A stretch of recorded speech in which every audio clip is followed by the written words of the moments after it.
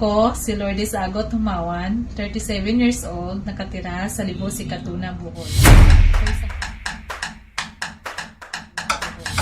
Ako isang patunay na sa kabila ng kahirapan ay kayang abutin ng tagumpay. Bilang nag-iisang anak na babae sa 7 magkakapatid, napilitan akong huminto sa aking pag-aaral sa unang taon sa kolehiyo dahil sa kakulangan sa pirang pinansyal. Nag-asawa ako noong 21 years old at nagkaroon ng isang anak na naging inspirasyon ko sa aking mga pangarap. Sa pag-asang matulungan ng pamilya, nagtrabaho ako bilang overseas Filipino worker sa Singapore at Hong Kong mula 2013 hanggang 2017. Sa kabila ng pagsisikap, bumalik akong walang ipon dahil sa mga utang at pagkukumpuni ng aming bahay. Matapos ang lindol noong 2013, kalaunan, nagtrabaho ako sa Water to Forest Eco Lodge sa Lubok, Bohol bilang all-around employee hanggang sa tumama ang pandemya ng COVID-19 na huminto sa aming kabuhayan. Dahil dito, kinailangan kong maghanap ng ibang paraan upang matustusan ang pangangailangan ng pamilya. Habang nanonood sa YouTube, natuklasan ko ang recipe ng steamed puto cheese and chocolate cake. Sinubukan ko itong gawin at ikinatuwa ko nang mabili ito ng aking mga kaibigan at kapitbahay. Noong October 2020, isang kamag-anak ang nagsabi sa akin na may libreng pagsasanay sa Bread and Pastry Production NC2 sa ilalim ng Universal Access to Quality Tertiary Education Act sa Provincial Training Center, Tubigon Annex sa Balilihan. Nag-leave ako sa trabaho upang matutukan ang pagsasanay. Sa ilalim ng gabay ng aking masipag na trainer na si Miss Aileen Baratas, natutunan ko ang paggawa ng iba't ibang tinapay at pastries. Dahil sa inspirasyon at kumpiyansa na aking nakuha, nagdesisyon akong magbitiw sa trabaho upang matutukan ang aking lumalagong negosyo sa pagbibig. Hindi naging madali ang lahat. Noong 2021, tumama ang bagyong Odette na sumira sa aming kusina. Nagdulot ng pagkawala ng kuryente at nahinto ang aking negosyo.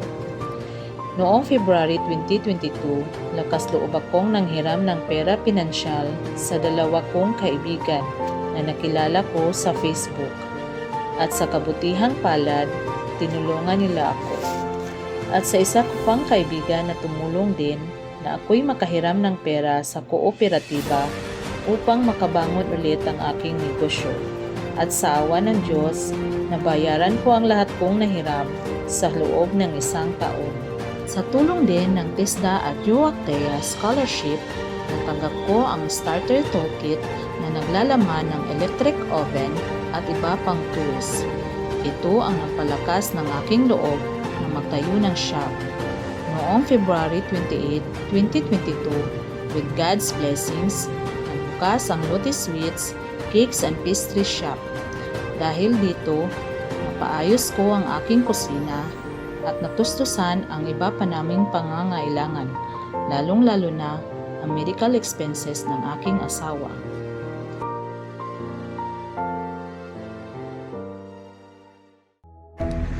Sa kasalukuyan, ang dating munting negosyo ay lumago na at kilalang cake shop ngayon sa aming bayan at karating lugar.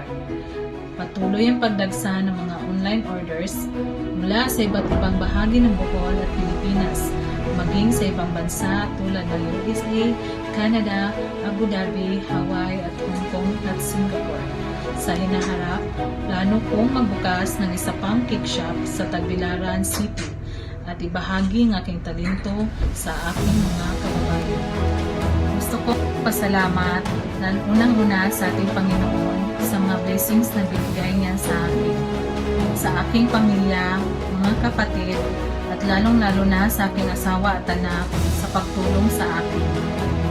Sa aking 3 kaibigan na nagpahiram sa akin ng puhunan, maraming salamat. Sa mga customers ko na patuloy na nagtitiwala at tumatangkilik sa aking mga produkto, Maraming salamat. Sa TISDA family, PTC Tubigon, and to my trainer, maraming salamat sa mga binahagi ninyong learnings sa akin.